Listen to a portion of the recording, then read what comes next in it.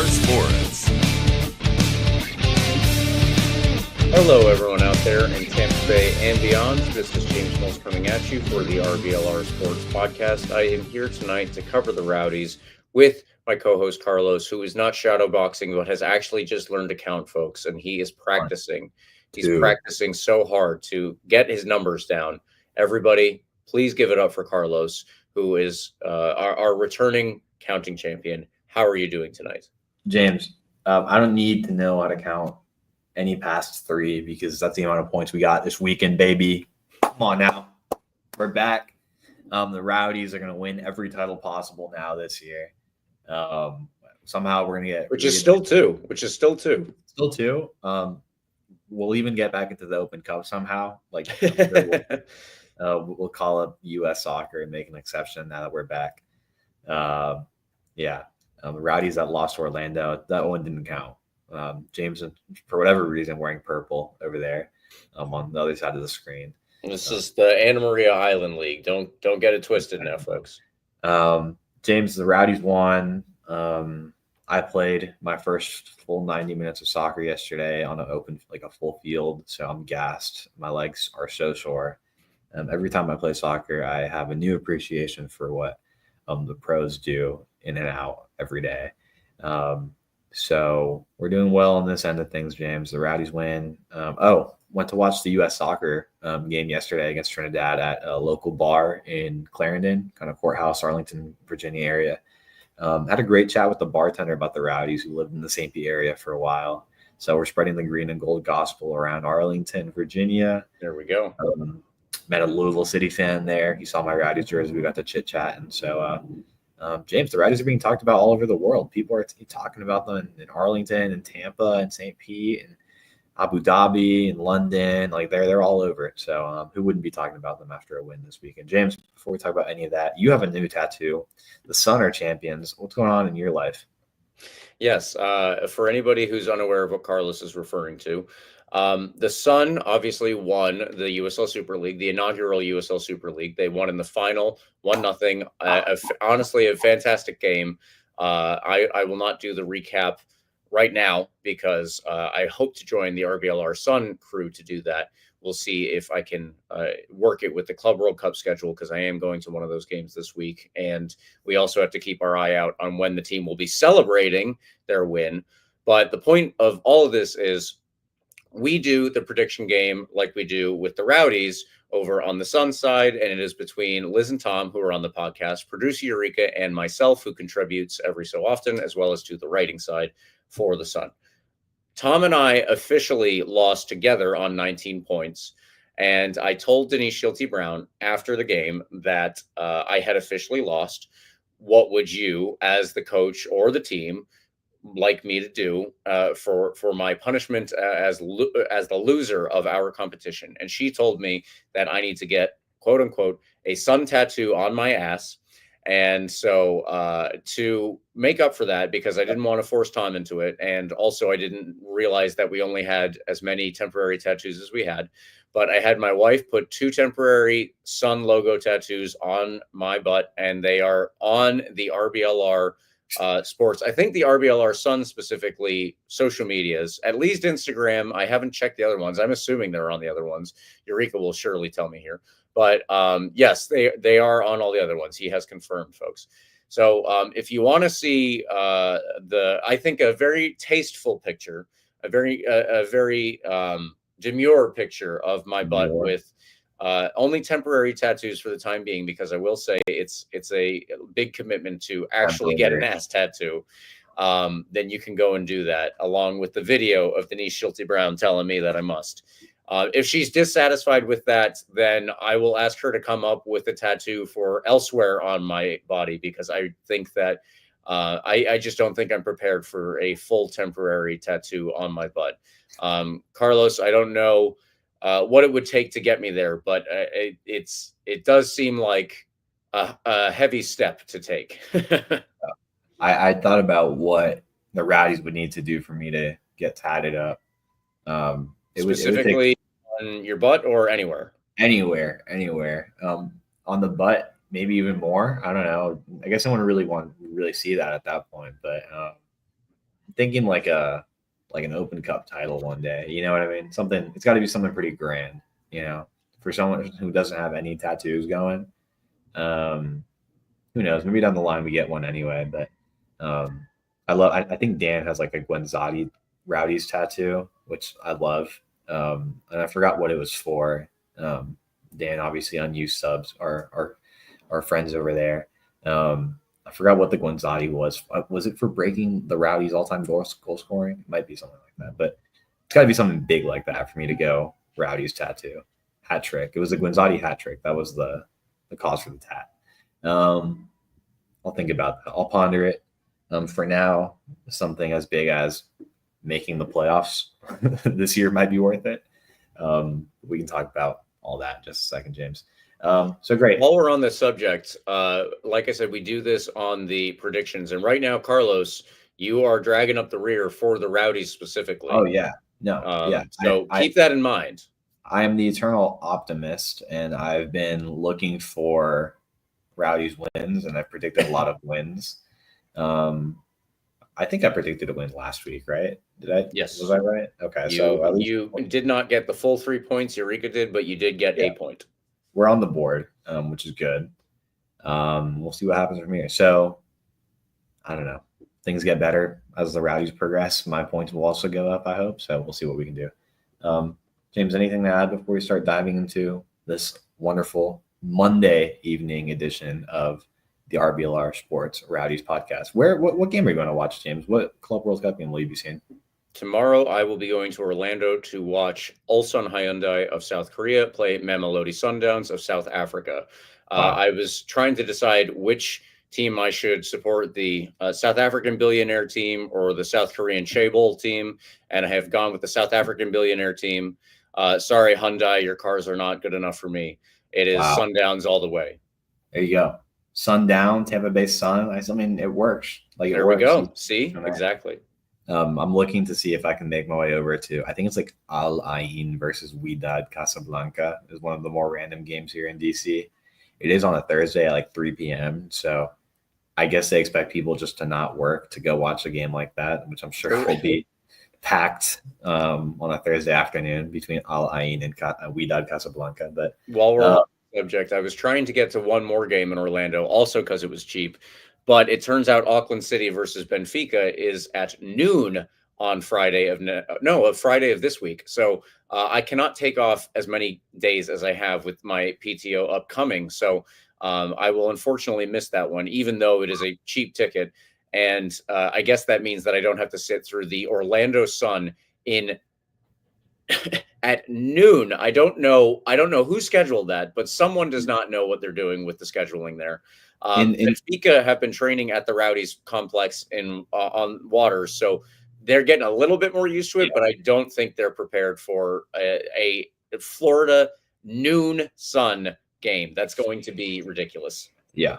Among the variety of things that the Club World Cup has been questionable on, some of the scheduling has got to be up there. I watched Chelsea LAFC this afternoon a bit in the background while I'm working from home. In theory, it should be one of the more entertaining group stage kind of games. LAFC is a pretty big brand. Chelsea is obviously Chelsea. But, man, that stadium just looked dead. Like, good crowd, I'm sure, but it's a big stadium. And it was 3 p.m. on a Thursday in the middle of the workday. Or not Thursday, on a Monday in the middle of the workday in a big city like Atlanta. I'm sure it was hard to get there. Okay. Well, that's our Club World Cup segment out of the way. I think, James, right? Anything else to mention? Anyway, that's why we're live on Monday, obviously tonight, instead of Tuesday, as James goes to explore the thrilling matchup over in Orlando. But the Rowdies won, James. That's what we're here to talk about. So we beat them, Rowdies, over the Miami FC 2-1 at home. It was our second league win of the year, and it was against the same opponent. Let it be known that the Rowdies do own this one team in particular, if no other team in the league this season. Ignore the 3-3 draw that turned into a penalty loss earlier this season in the Jägermeister Cup. That one didn't count in my eyes. Throw it out the window. The Rowdies own the Miami FC. They win 2-1 at home on Pride Night. Going away to Pittsburgh this weekend to play against a solid Riverhounds team. before we talk about any of that, I'm going to throw in a selfless promotion in here to continue to keep bringing your friends to the Rowdies matchups and the Rowdies games all throughout the rest of this year. Tag us, tag any of our social medias on Instagram or Twitter, Blue Sky. Bring a friend who's never been to a Rowdies game, take a selfie, tag us, and get entered into a draw to win a free pair of tickets. Follow us on YouTube, subscribe to us on YouTube, where you can watch all these fun podcasts, see our lovely faces, and subscribe, follow, whatever the buzzwords are on social media, on all the social medias, Twitter, Blue Sky, Instagram, Facebook. Any other one, James? Am I missing one? I think you got them. That's it. James, let's talk about it. Rowdies win 2-1. Do you want to take us through the lineup? I can do that. I think I can do that if my own notes here are correct, and we'll see if they are, folks. Stay tuned for that. In net, Ethan Bondre got another start, and in front of him, we went with a similar formation. The back line was Robert Castellanos, Lawrence Wyke, and Aaron Guillen. Midfield of Thomas Van Keeziel, Lewis Hilton, Luis Alvarez, Ollie Bassett, and Blake Bodley. Up top were Alex Rodriguez and Wubens Passius. It was originally supposed to be Leo Fernandez, and much was made about this, I think, in online circles. Unfortunately, he went down with an injury, I believe, in the warm-up specifically, and was replaced in the starting lineup by Alex Rodriguez. So his first ever start, very exciting for him.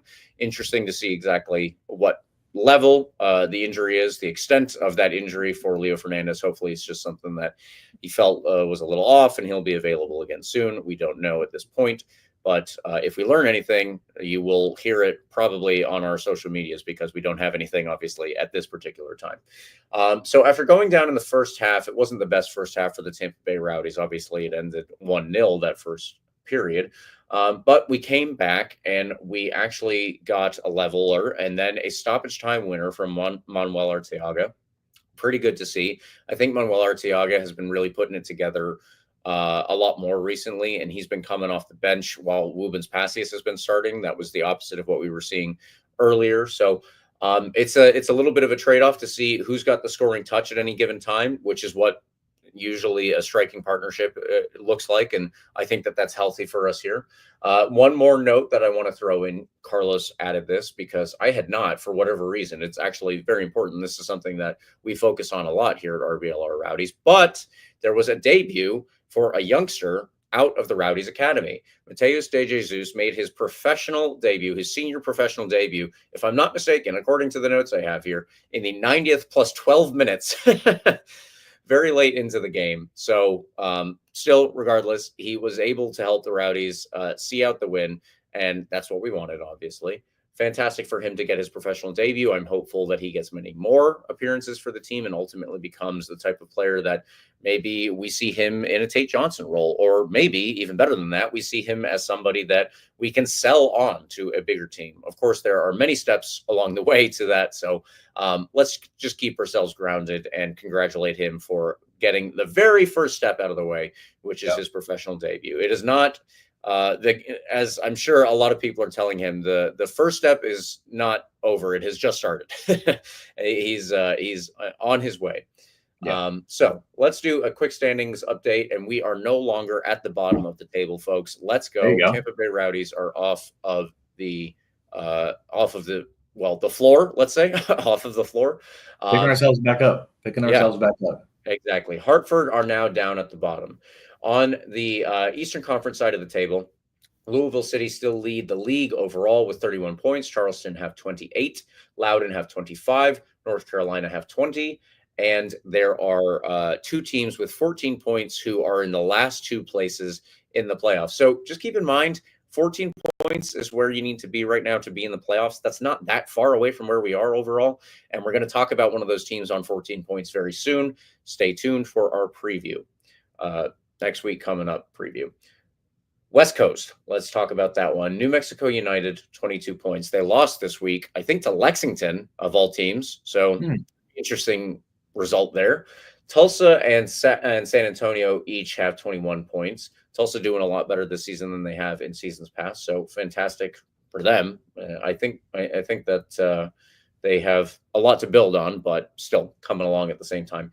Phoenix and El Paso are next, each with 20 points, and Monterey Bay has dipped off a little bit, and they're on 19 points. The West Coast, though, obviously much less competitive than the East Coast, and yeah, it's just weird to see exactly how that plays out. I don't know what that's down to. If the players are making choices, or if it's just the teams not being able to react. Sacramento are not doing as well as they usually have been, and Neil Collins is taken over or has taken over out west. So interesting to see what they're up to at this particular moment. I think that they are also on 14 points. So yeah, very weird table at the moment. Carlos, let's get into the actual meat of this game here before we get lost on all of these other side tracks that we have been so far. But we've been talking about progress a lot recently, and I think that this game showed bits and pieces of it. Lewis Hilton, I think, did very well. He got 2 assists on each of our goals, so that's pretty good. And Lewis Hilton coming back, I think, really adds another dimension to this team. I just hope we don't run him into the ground, and I hope, obviously, that we don't do that to Leo Fernandez, as we hope that he returns very quickly from this latest injury. But all this time, I think the Rowdies have showed little bits and pieces here and there, little bits and pieces here and there that we're possibly getting back to where we have been. What do you think in terms of the progress this game does or doesn't show? Or maybe, as you said, maybe we just own Miami. What is your take on that? Well, first, I think one thing to note that I really enjoyed seeing, and not necessarily in the moment, but zooming out a bit, right?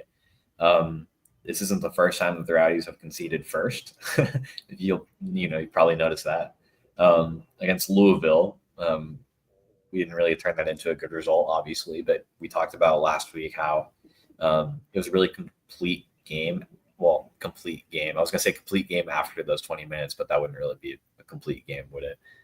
It was a good game after those first 20 or so minutes from Louisville. When the Rowdies settled in, played some of their best soccer of the year, in my opinion, but were unlucky to just get 1 goal there and lose 2-1.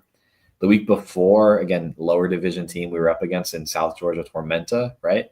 But we've seen a few times now that the gap between League One and Championship is not all that big, talent-wise, probably even financially, right? It's probably more of just a question of who can pay the expansion fee to join Championship, or who wants to pay the expansion fee, right? If you're an owner, financially, probably not all that different. So South Georgia Tormenta scores that first goal on us. We're in that really tough. We're continuing to be in a tough stretch, but what we talked about a bit after that game was a lot of grit from the squad, able to come back and score 2 goals, and eventually win that 1-2-1 with a stoppage time winner in that game as well. A couple stoppage time winners in the last few weeks is an interesting note, but I think just that's one of the bigger takeaways for me is that we can come back. Like, we've looked pretty good after conceding an early goal, or not an early goal, but conceding first. We've been able to come back and make something of it in 3 of the last 4 games, even going back to the week before in Lexington when we were playing, honestly, not great ball at all.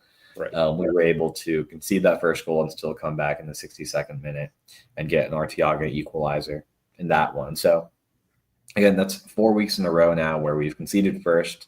And in 3 of those games, we've turned it into a point in 1 game and then 3 points in 2 of those games. 1 Jägermeister Cup game against South Georgia, 1 league game this week against Miami. And again, even in that game that we did lose last weekend or the weekend before in Louisville, I said it was one of the better looking performances on our part in quite a while. So it's coming together. I would like not to concede first. Generally, I just would like to concede not at all, right? Generally would be good. Yeah, but if we are going to concede, it's good to know that we have the attitude and grit, especially in the last few weeks, to be able to fight back. Just to say real quick, the self-belief too. Yeah, especially, and I think that's a really big note, because just let's go back a month ago, right?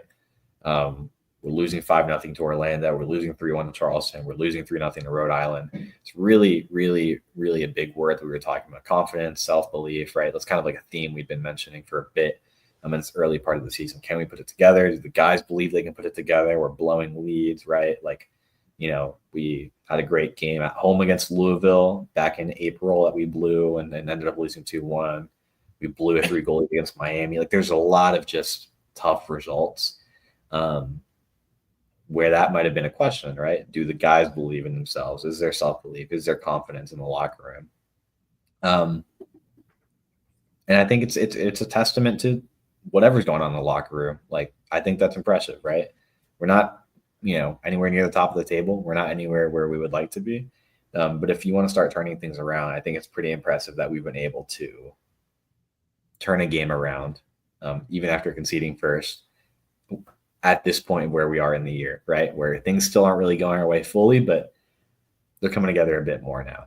And again, grit, attitude, self-belief, the intangibles. I think there's a good attitude in the locker room right now, despite where we are in the table. And I think that's a great, great step. You need that to turn around the season, right? Like, you can't just, I don't know, like, not believe in yourself and like just win every game for the rest of your life. Like, you need a bit of attitude, a bit of heart on the field. And it looked like that was there this game against Miami. So I was talking a bit broadly about the last few months, but in this game in particular, obviously Miami goes up 1-0. And again, this goes back to like the attitude thing that we're talking about right now. It kind of fits in. Bonfiglio's first goal is ridiculous, right?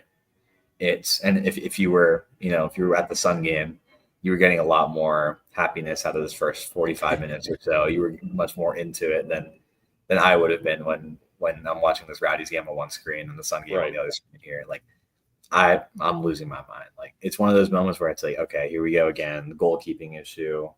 If you watch this game or if you watch the highlights, you know what I'm talking about, right?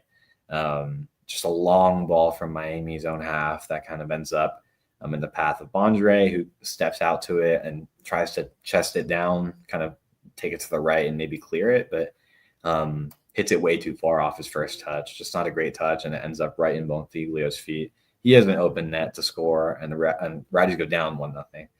This comes after a half where the Rowdies were having an okay start to the game. Nothing crazy, nothing super dangerous. But it was fine. It was okay. I was really curious about how Alex Rodriguez would settle in with the Rowdies, especially getting his first start. We've gotten like glimpses of what he might be able to do, just 5, 10, 15 minutes at a time. Yeah. His debut was notoriously ingrained into my head in that Orlando game. What a time to come on, though. It was a really like funny anecdote. I think I might have mentioned it on this podcast. So we were all like kind of just dead, losing our mind, whatever. And Alex Rodriguez subs in, and his like family, like a good chunk of people behind us are going, woo, like going crazy. And I'm like, man, I'm happy for the kid, but it was not like, you guys got to stop. It wasn't the vibe, you know what I'm saying? But yeah, so he comes in, he gets a start in this one, obviously, because Leo Fernandez is hurt. We're hoping it's nothing crazy because he's been settling in nicely, and Leo Fernandez has been playing Leo Fernandez soccer recently. So I hope he's okay. James, I don't know how much of the game you were able to see. I don't know if you watched the full thing before this podcast, but he looked okay. Like, he looked solid. I mean, I think when you're talking about a kid, right, who's coming in not really expecting to start and then gets the call up like 15 minutes before the game, like, hey, by the way, you're going in and you're starting. I think it can be pretty tough. I just wanted to highlight him because I can only imagine what kind of attitude you have to be able to go in there and hold your own ground. He didn't, create a ton of chances, didn't, obviously didn't end up any scoring opportunities or anything, but I was looking back at the stats, just FOTMAP has some fun little detailed stats if you look into it. And I'm looking at, the touches, right? Like touches, who has the most touches on the Rowdies and whatever. This kid in his 50 or 60 minutes of game time got 53 touches.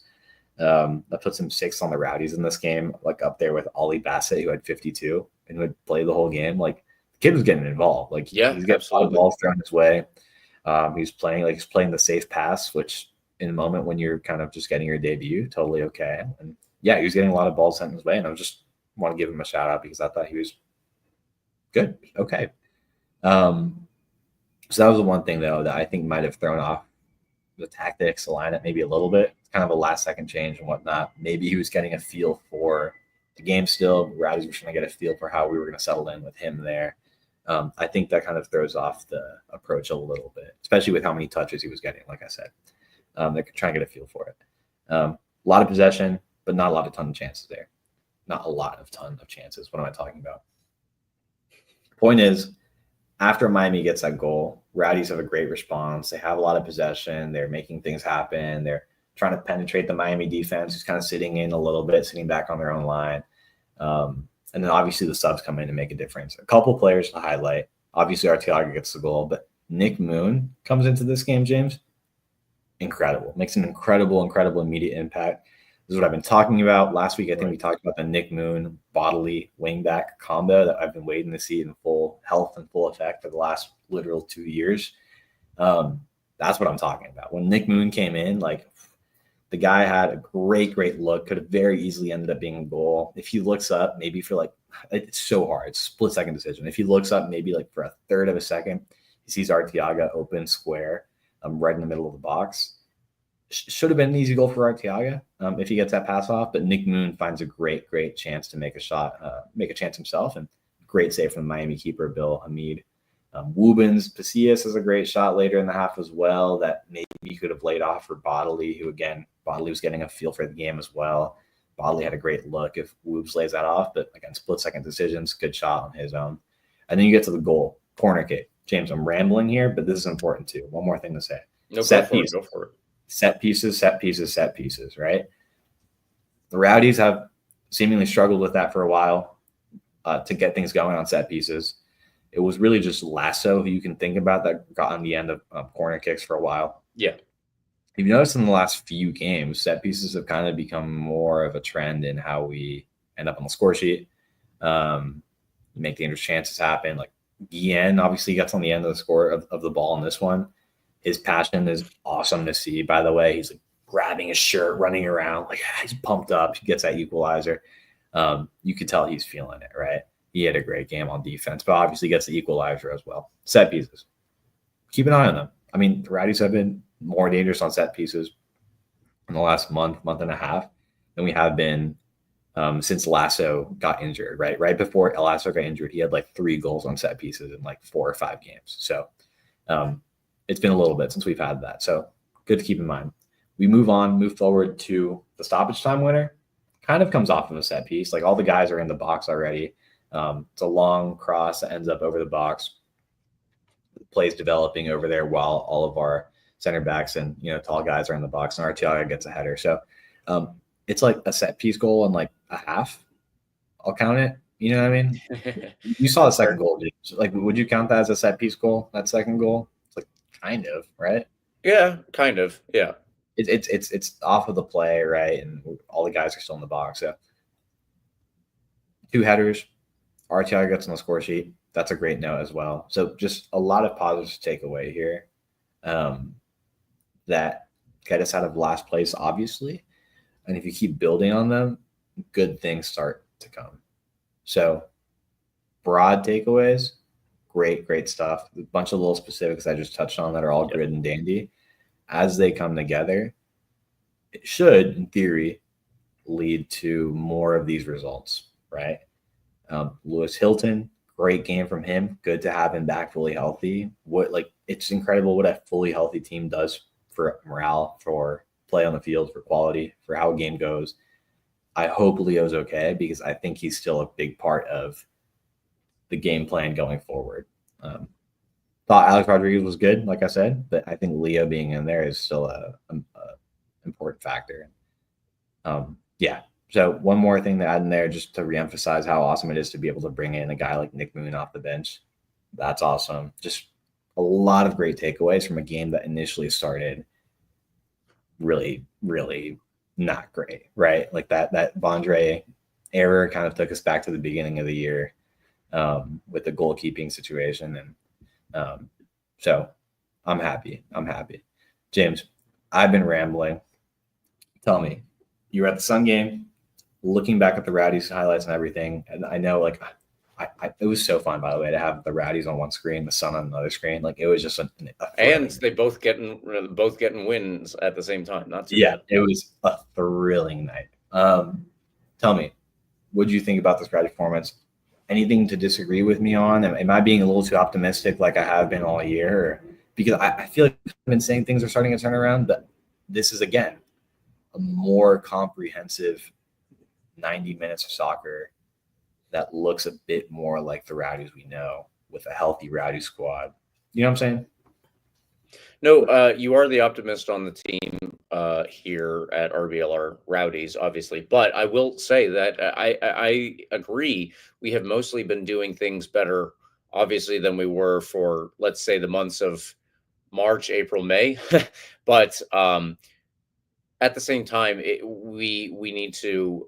There are still steps to that. That's the only counter that I would offer, is that there are still steps that the Rowdies need to do to get us back where we're supposed to be. And I don't just mean like, oh, we need to win more games. Obviously, we need to win more games, but the way that we win more games is by continuing to play in the proper fashion with the players that we have on the field. So the reintroduction of Lewis Hilton, I think, is very key. I've already said that, though. I don't want to reiterate what we're talking about here. He just offers such a big balance to this team that I don't think we have generally when he's playing.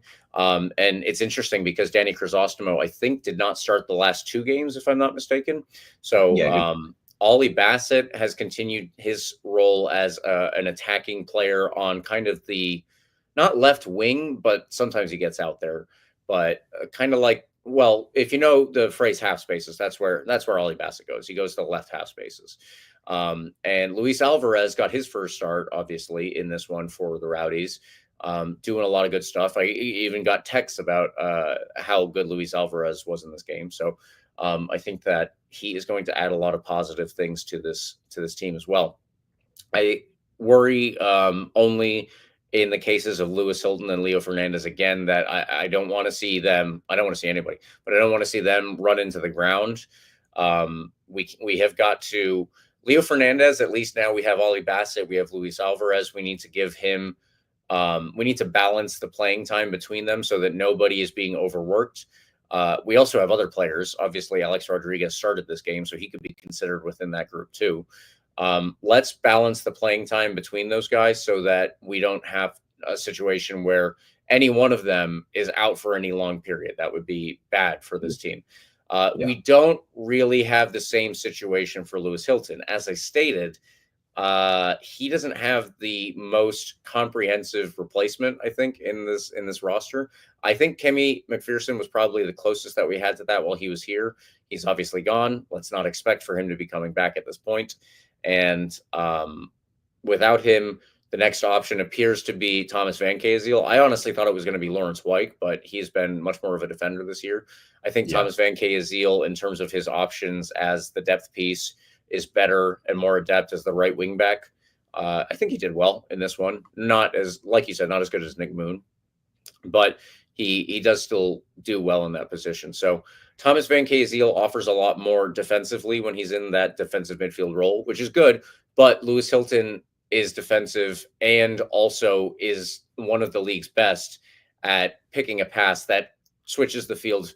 So he'll go and receive it from, let's say, in this case, Aaron Guillen at the back in the left side of the defense, and he can turn with it and look forward and pick a pass for somebody who's out on the right wing. In this case, maybe Van Kaziel or Alex Rodriguez. There aren't as many people. There's very few people in the league who can do it the way Lewis Hilton does. I think that Lewis Hilton and Aaron Malloy are on an island by themselves in that category. So that's kind of the level that I would put him at. But let's try and find some way to keep Lewis Hilton from wearing himself thin by just playing him full 90 minutes week in, week out. I'm sure he wants to, and if every player wants to play, but we've got to consider not just his age. I don't mean it that way, but it's just there are so many games over the course of a season. It's not as much for the USL as it is like the Premier League teams who have, let's say, Champions League, and now they're in the Club World Cup and all the other cup games that they have to deal with. But it is a lot, and yeah. we need to be conscientious of that. Yeah. Overall, though, we are making strides on the field, and I think that part of that is just an addition of players. We've talked about Lewis and Lewis, the greatest new attorney firm in the Tampa Bay area, Yep. and Ethan Bondre. Up until now, let's say I think he has been a slight increase over Campisi, because Campisi was a good goalkeeper when he didn't have those big howlers, but we need to find somebody, I guess, between the two of them who can cut those out entirely. that's going to be one. That's going to be goalkeepers change games. That's the nature of the position. It's a low scoring sport, and mistakes there are magnified for that reason. So that I guess that's one more thing that we need to keep in mind. Yeah. Otherwise, I think everybody on this team is a good player, even if they're not the players that they have been in the past. There are players that I would point to. I don't want to list anybody right now just to call out names and be rude about it, but we've talked a bit this season about players who maybe aren't living up to the expectations that they have set for themselves by their own play here at this club in prior seasons. That player is still within them, I think, for the vast majority of them, even for the ones that we've named in prior episodes. But let's continue to work out the kinks, and let's continue to work these players together until they remember exactly how to be that guy again. And I really don't think that there's anybody on this team who can't hit the same levels that they have in green and gold in prior seasons. I just want to see it done. Yeah. I think, and I think they're kind of slowly finding, like, rediscovering how to be, that guy again, like you said, in bits and pieces. You see flashes of brilliance from some of these guys. I'm really excited about Luis Alvarez as he starts to settle in. I don't think he wasn't like super flashy in this game or anything. He didn't have a, in my opinion, like a crazy outstanding game or anything. But he was there. He's like settling in. Every 90 minutes is another 90 minutes more that he's gotten game action with the Rowdies, with his boys around him. Like that's going to start to add up, and you'll obviously start to see more of the best of him, right, as he's played more games with this squad. Hopefully soon, right? Because he's one of the guys that I think can kind of add the excitement, the one-on-one, the kind of like drill a shot from just outside the box, that kind of make an exciting opportunity happen kind of guy, right? Where you don't need a lot of guys around you or playmakers around you to help make it happen. He kind of makes those plays himself. You have that, and you have the Woobs kind of similar energy. I think one of the guys that the Rowdies are really missing up to this point in the year is Nyangabire. I think he had settled in a bit, and what you got out of him was that kind of play, right? When things weren't going super well, when there's kind of good 20 minutes of Rowdies play, when there wasn't a single shot or chance or really much action at all, just possession, he's the guy you kind of throw the balls to, and he just kind of takes one or two or maybe even three players on, gets into the box, tries to lay off a cross for an Artiago or a Woobs. I think that's kind of what Moon is wanting to be. And you saw that particularly in that shot that he had in the second half, just a crazy dribble, crazy run. And a great look that could have very easily ended up in the goal. But obviously Hamid is an impressive goalie, obviously great background on the back end of his career, but still a really good goalie in his own right. I think Moon can start to settle in there and help us be kind of that break a play open kind of guy. You know what I mean? I think the Rowdies need a guy like that right now. Because, like, again, lots of positives from the Miami game, but you also see lots of possession stretches with nothing really going on, right? There's no final product. Yeah, exactly. And when that's happening, you ask, okay, what can we change tactically to find some more space? Or you pass it to the Nyangabire or the Moon, right, to kind of just go at a guy one-on-one, make some space himself, and then draw out a defender for an Artiago or a Woobs or an Alvarez to finish in the middle of the box, right?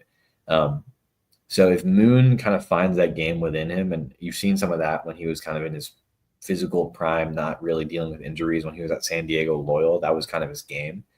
Great wing back play with Bodily. Sorry, I'm distracted. I have the Benfica Boca Juniors game on another screen too. Just for Club World Cup is just awesome, but also crazy, but also stupid, but whatever. It's great shots just happened over there. If Moon can find that in him again, and kind of, obviously find physical, just get, what's the word? Just get back to full health, right? He's been dealing with so many injuries last year. If he can get back to full health again, that would be a really, really exciting break a play open guy over there. And we've talked about Bodley and Moon and how fun that'll be. And again, I would love to have Nyong'Berry back, but if we can get that going, then I think we'll be okay still.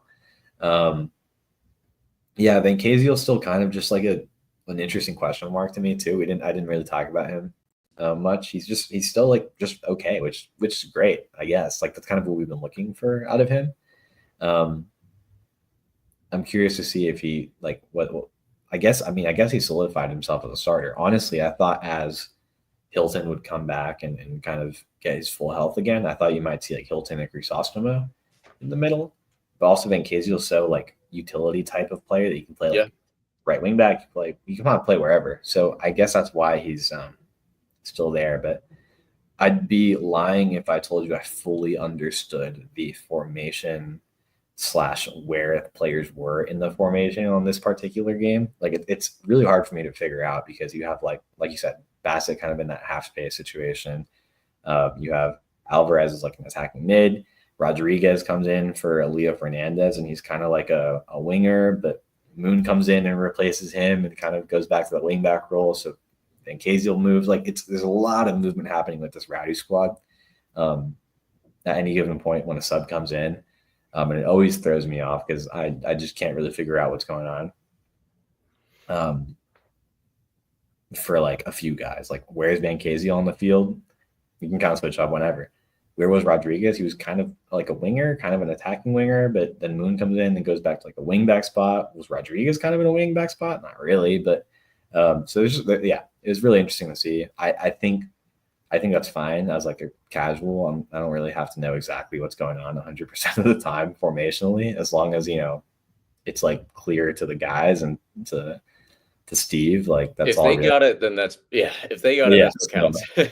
Maybe James will be able to explain it better than I can as the tactics expert of this dynamic duo. But on my end, it looked like it was coming together wherever the guys were, right?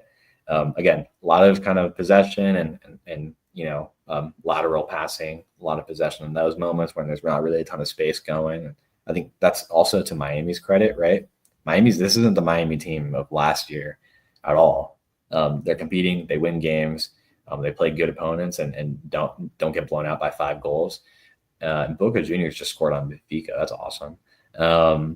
So Miami's defense is solid. It's a good back line. It takes a bit to really get through them. Boluak and Yode is solid. Dalton Knutson's solid as well. I know those guys were there last year, but they've kind of found their game again, and they've been good defenders in their own right for quite some time. Exactly. And they've gotten flanked with a bit more defensive support in the midfield and obviously in the fullback. So they're good, man. Good's a strong word. They're much better than they were last year. Low bar, obviously, but it took some skill, some tactical adjustments, some good corner play and set piece play to break them down. And we were able to do that. And I think that's really impressive, despite maybe not the 90 minutes of thrilling offensive attacking Rowdy soccer we might have liked from a year ago, or not a year ago, maybe 2 years ago, right? It's not fully there yet, but again, bits and pieces and coming back in baby steps, right? That's what we've talked about, baby steps. We've dug ourselves a really deep hole, and the only thing you can really do is take it one game at a time. Yep. Even maybe one play at a time, right? Rowdies go down 1-0 in this game and took it one play at a time and eventually found their set piece goal. And then Arteaga comes in as a sub. Awesome super sub. Like you said earlier, James, he's starting to find his game. I don't know what more you can ask for at this point. It's coming together slowly, right? I'll ask for one more thing. Rowdy's attendance still just hasn't really been great. If you look at the numbers in the last few weeks. Not this season, yeah. It's not really.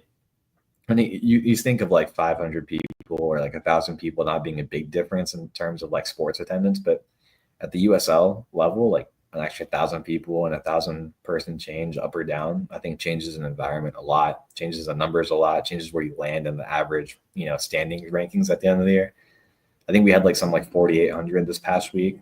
Obviously, some conflict with the Sun game going on at the same time, and not just any Sun game, it was the championship game. So I know there was probably some folks that were over there as well.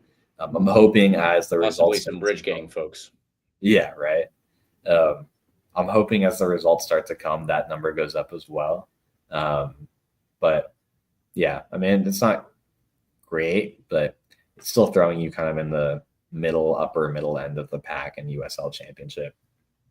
But yeah, I like to see when the Rowdies are in the solid 6,000, 6,500, right? That's always where I like being. And then occasionally give me a big attendance game, 7,500 when there's a Saturday with fireworks and a big game, right? Yeah. I'd like to see that number go up a bit. But on the field, James, bits and pieces coming together. I agree. All right, Carlos, is there anything else we should hit on before we do our man of the match? Nothing else. If you're listening to this live, give us your thoughts in the YouTube live comments or X or wherever. I love hearing everyone's thoughts. Or obviously follow us at RBLR Rowdies, at RBLR Sports, and give us your thoughts after as well. I'm curious to see where kind of the Rowdies fan base is on this. I didn't check Facebook like I usually do because I just forgot. Facebook's always kind of a fun place to kind of get a temperature on where folks are. There's usually a lot of replies in there, for better or worse. But it's a win, James, so we're feeling good. Time for man of the match? Yeah, let's get into it. My man of the match is Aaron Guillen again. I think James pointed out this is back-to-back weeks of Aaron Guillen.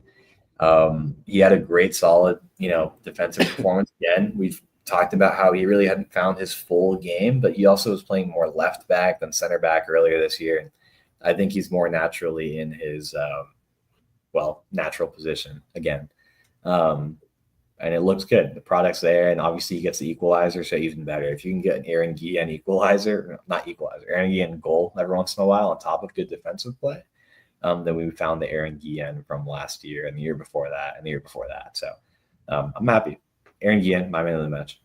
Yeah, we talked about players needing to remember their own ability and get back to that same level. I think Aaron Guillen is one of the players who is kind of working his way back to that and doing well.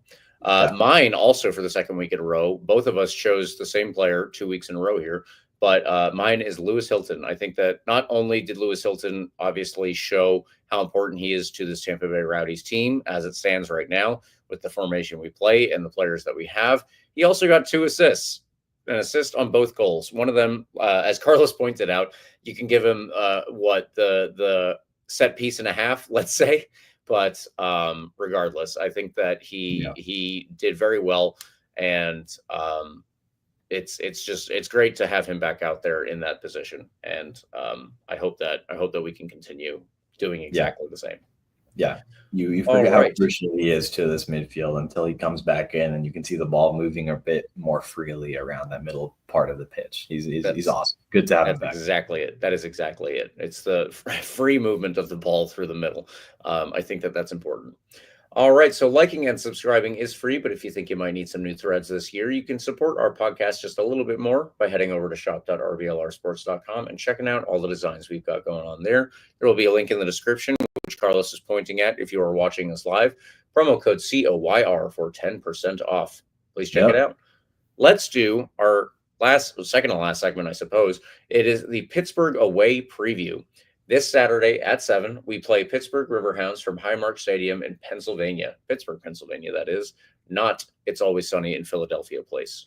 They're last in the playoff places in the East. They have 14 points. That is why I wanted to highlight that earlier. They have the 8th place position in the Eastern Conference, and they're only on 14, so they're not that far away from us overall. We need to keep that in mind, even as we're having a bad season. We're still within striking distance, if you want to put it that way. It's going okay, folks. They can be caught. 4 games since an Open Cup loss. They have 2 wins and 2 losses, both of which were at home and away. So you can't really take too much from that and figure out like, oh, Pittsburgh are going to be this, Pittsburgh are going to be that. It's just up in the air at the moment. I don't think that this is the best Pittsburgh that we've ever seen. I'll just put it that way. We will likely see Eric Dick in net. I'm not calling him that. That's his name. Luke Biazzi, Sean Suber, and Guillaume Vacte will likely be their 3-man defense, barring any injuries or obviously any other changes going on.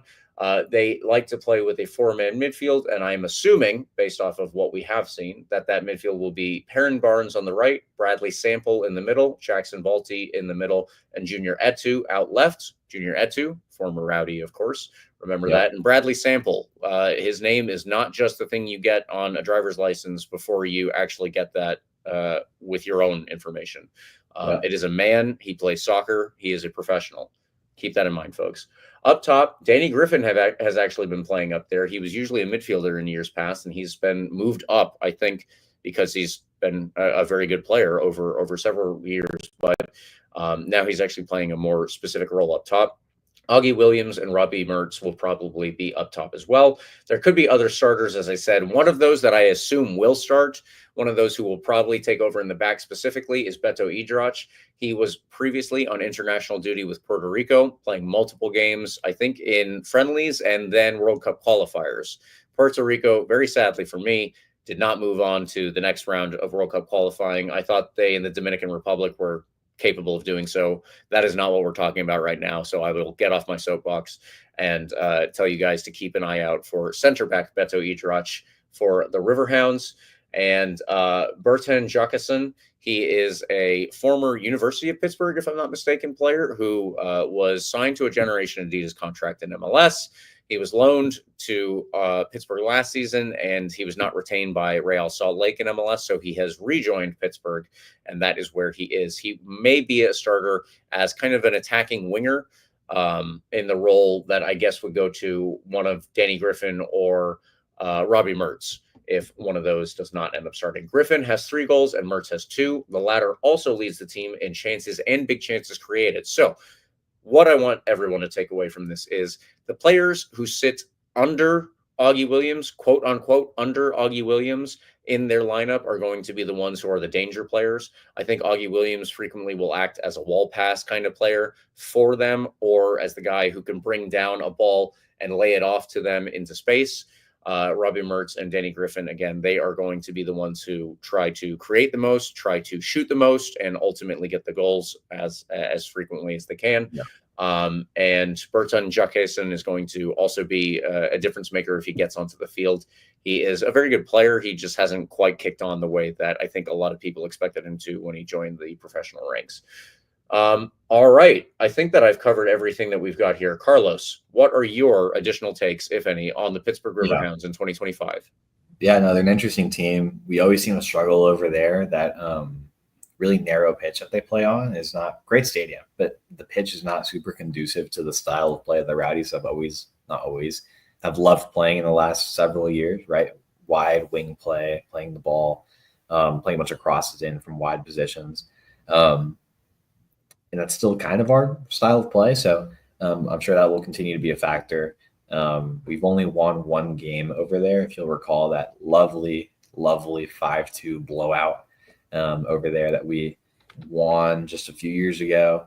But other than that, we've struggled at that stadium. Pittsburgh is a really interesting team because they don't score a lot of goals. I'm just looking like the Rowdies have actually scored more goals than them this year. Pittsburgh's only scored 9 goals, but they've also only conceded 11 goals. Their games are low scoring, with the exception of I think their loss to Philadelphia Union in the Open Cup. Yes, right. Their losses are low, like 1-0 losses, right? Their wins are like 1-0 or 2-1, right? They squeak by. Like they don't win games in blowouts or anything like that either. In fact, the only team in the Eastern Conference who's conceded less goals than Pittsburgh is Louisville, and they're in first place, right? Louisville's only conceded 9 goals. Pittsburgh's conceded 11. So it's a team that doesn't give up a lot of easy opportunities. Just looking at the numbers, right? I can't say I've seen a lot of Pittsburgh games this year, But just looking at the numbers and looking at kind of their backline situation, pretty compact. They play good defense, obviously. So my thought is that this might be a low scoring affair, particularly because we struggle to get much going over there anyway. Unless we are, oh geez, what year was that, James? Let me fact check myself. Just want to look back at that glorious day.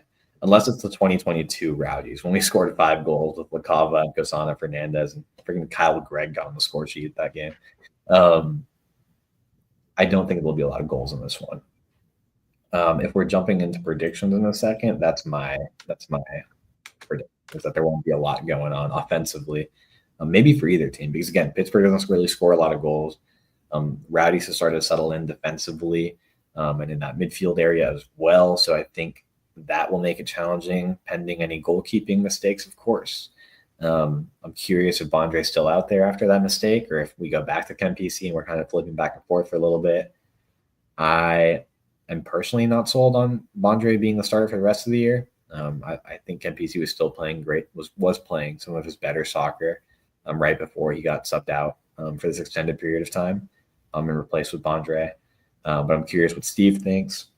No matter the situation, pending any simple goalkeeping mistakes and pending another good defensive performance, I think it'll be a tight game. And it'll come down to some sort of mistake. Yeah, that game's one of my favorite ones. If I'm ever bored and I want to watch like some Rowdies highlights, that's one of the random fun ones I'll throw on there because it's just a mix of Rowdies goal scorers and on a field where we've only won in that one game. So I don't know. If you're bored, go check it out. Kyle Gregg gets a goal in that one. I think like one of his like 2 goals that year for the Rowdies. James, predictions? Yeah, let's hop in. Okay. I'm officially going to go with, this is going to be a really boring one.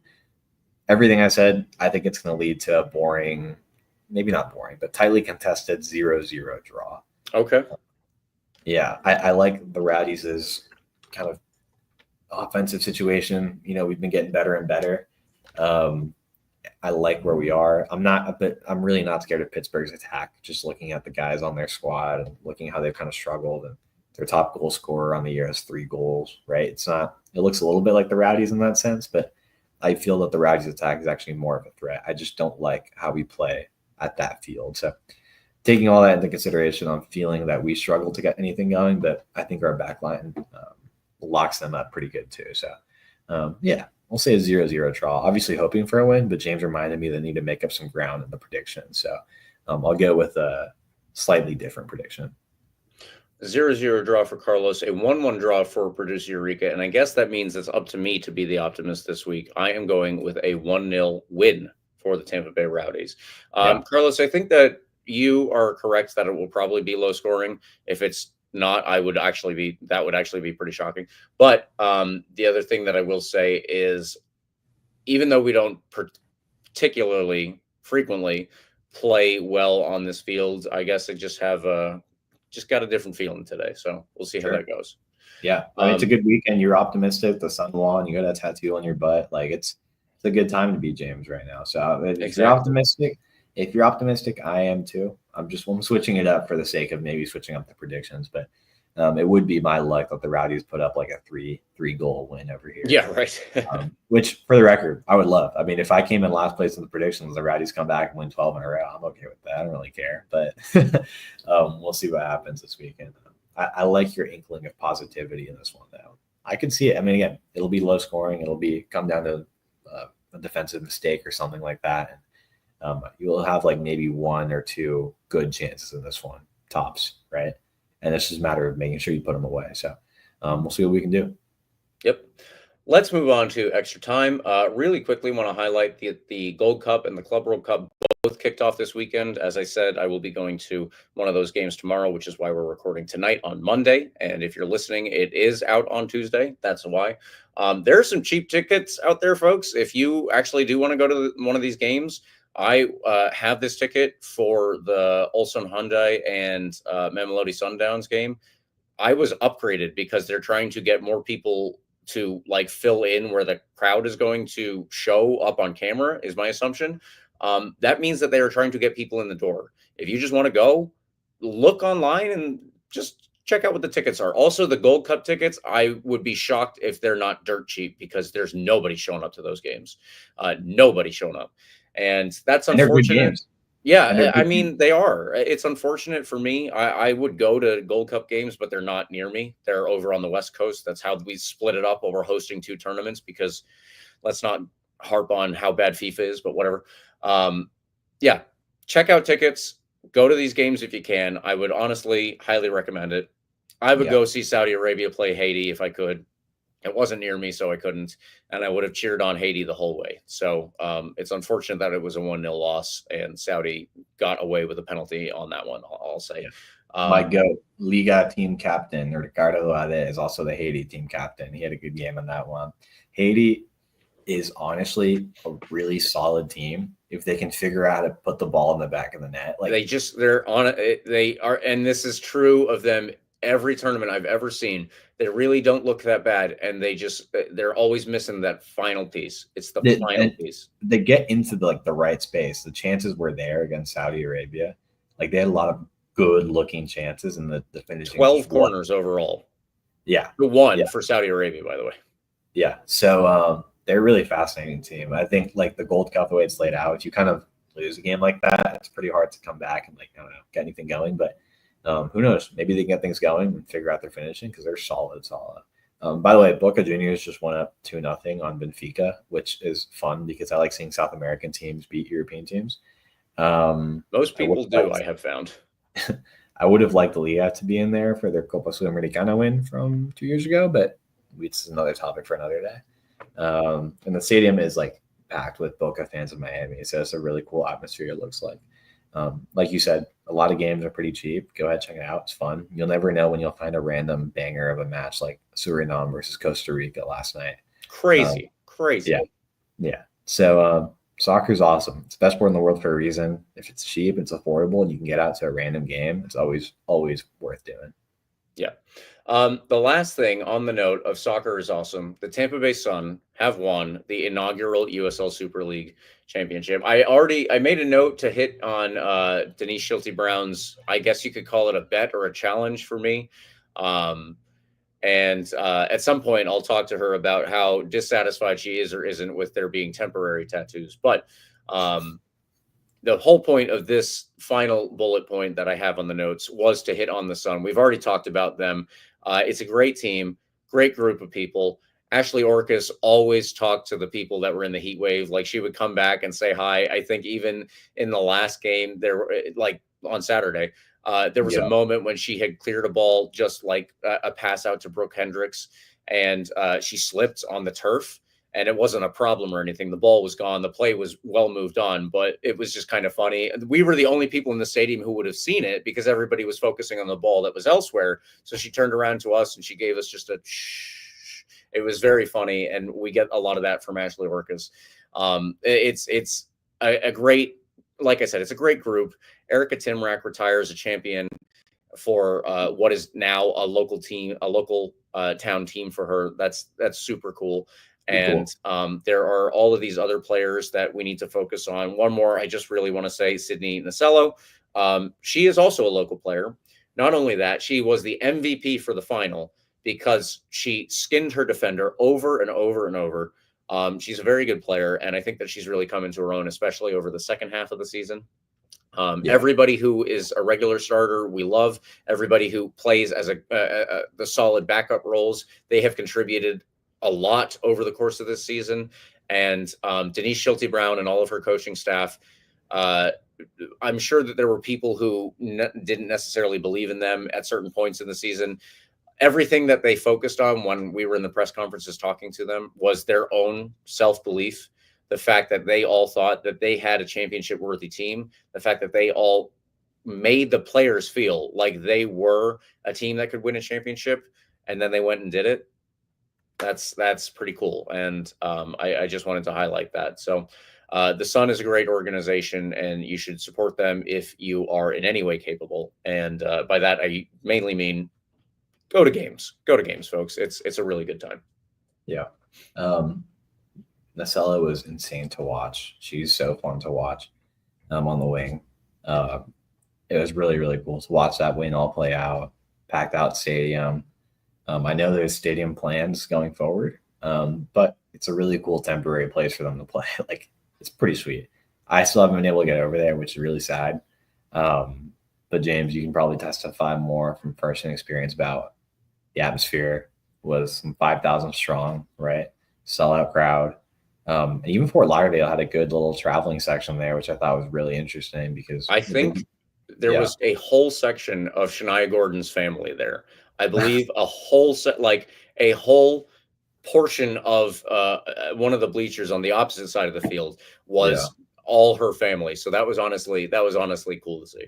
Yeah, and that might explain it more because I felt like when I was watching, I came across any Fort Lauderdale United games. It seems like they'd been struggling to draw a crowd much in their early season. But either way, cool to see that whether it was a mix of family and supporters, and I don't know. I'm sure there's some Fort Lauderdale loyalists there from the Strikers days that have adopted this team now that made their way over. Yeah, pretty cool to see. It was just good atmosphere, good vibes, and obviously tense game that ended in a positive result. And really cool title of an honor of being the first champion of the league. That's pretty sweet. Yeah, absolutely. Whatever happens with the Super League, the USL as a whole, anything going on, I think that the Sun are in good hands, first of all. And second of all, nobody can take away the history that they have created for themselves and for the fans of the organization. So for sure. Awesome stuff. And I look forward to, whenever it happens, I look forward to celebrating the Cup win with the rest of the team. With that, thank you, listeners. We will get you out of here now. We appreciate your tuning in. Please follow RBLR Sports on all your social medias, Instagram, Twitter, TikTok, Facebook, Threads, Blue Sky, anywhere at RBLR Sports. I'm mostly on Twitter if you want to get at me at RBLR James K. Although I guess that I'm also on Instagram at RBLR James K. And as I said earlier, my butt is now on the internet. So if that has any interest, for you at all, you can go and find it there. I did not expect to be saying that at any point in my life. You can also use the hashtag AskRBLR, or you can reach Carlos at CarlosCPA10 on Twitter. James, does your wife know that you're putting your butt on Twitter for everyone to see? Is that allowed? I feel like that's kind of, did you run that by her? I don't know. It's kind of scary. She was the one who applied the tattoos and then took the pictures, because there was no way for me to figure out how to do that. So she was heavily involved in this project. But she's as approving as one can be, I suppose. There you go. That's awesome. At CarlosCPA10 on Twitter. I'm not posting my butt on Twitter. Not yet. Probably won't for the foreseeable future. Who knows? Did Benfica just get a penalty? Either way, tune into this game. All the Club World Cup games are free on DAZN. Oh my gosh, dude! One of the Boca coaches just went to shoves with like the Hard Rock Stadium security. He just shoved him going to the referee. This is awesome, dude. This is South American soccer at its prime. The Europeans are getting exposed to it. Go check it out. Go to DAZN right now. They got a penalty and there's shoving happening on the sideline. This is awesome. I'm going to go tune into this. All right, let's get you guys out of here so that you can tune into that. Like and subscribe to our podcast. You can get the full experience on YouTube. We are also on Spotify, the iHeartRadio app, Apple and Google Podcasts, everything you already know. All right, we've won. We're going to go win next week, at least according to me. There's a red card, too. Come on, you Rowdies. Come on, you Rowdies.